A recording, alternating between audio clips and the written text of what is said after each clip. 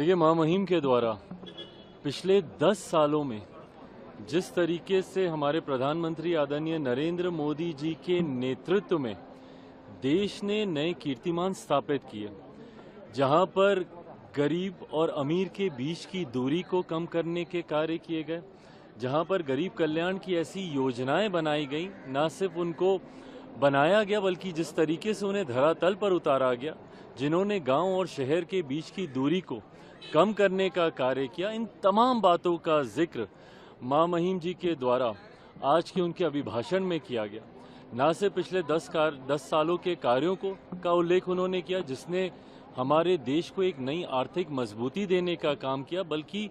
Globally भी, अंतर्राष्ट्रीय स्तर पर भी भारत को एक नई पहचान दिलवाने का काम किया। साथ ही साथ मां मुहिम जी के अभिभाषण में आने वाले वर्षों में किस सोच के साथ देश हमारी नीतियों के माध्यम से आगे बढ़ने का कार्य करेगा, उसका भी उल्लेख मां मुहिम जी के अभिभाषण में हुआ। 2047 तक विकसित देश की सोच के साथ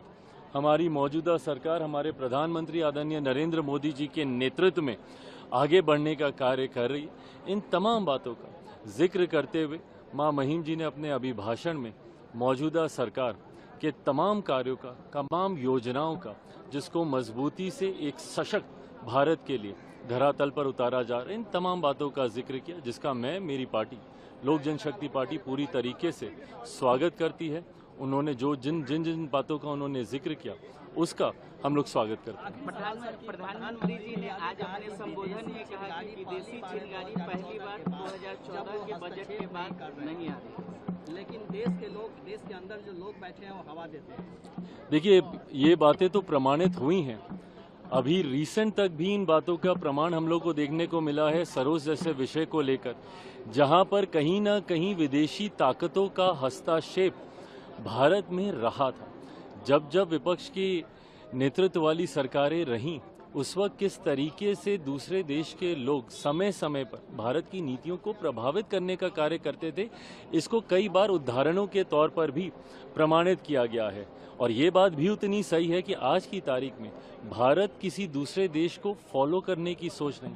बल्कि लीड करने की सोच के साथ आगे बढ़ रहा है। अभी कुछ दिनों पहले मैं स्वयं डावोस में था, और जिस तरीके से उस अंतर्राष्ट्रीय मंच पर पूरा विश्व भारत की ओर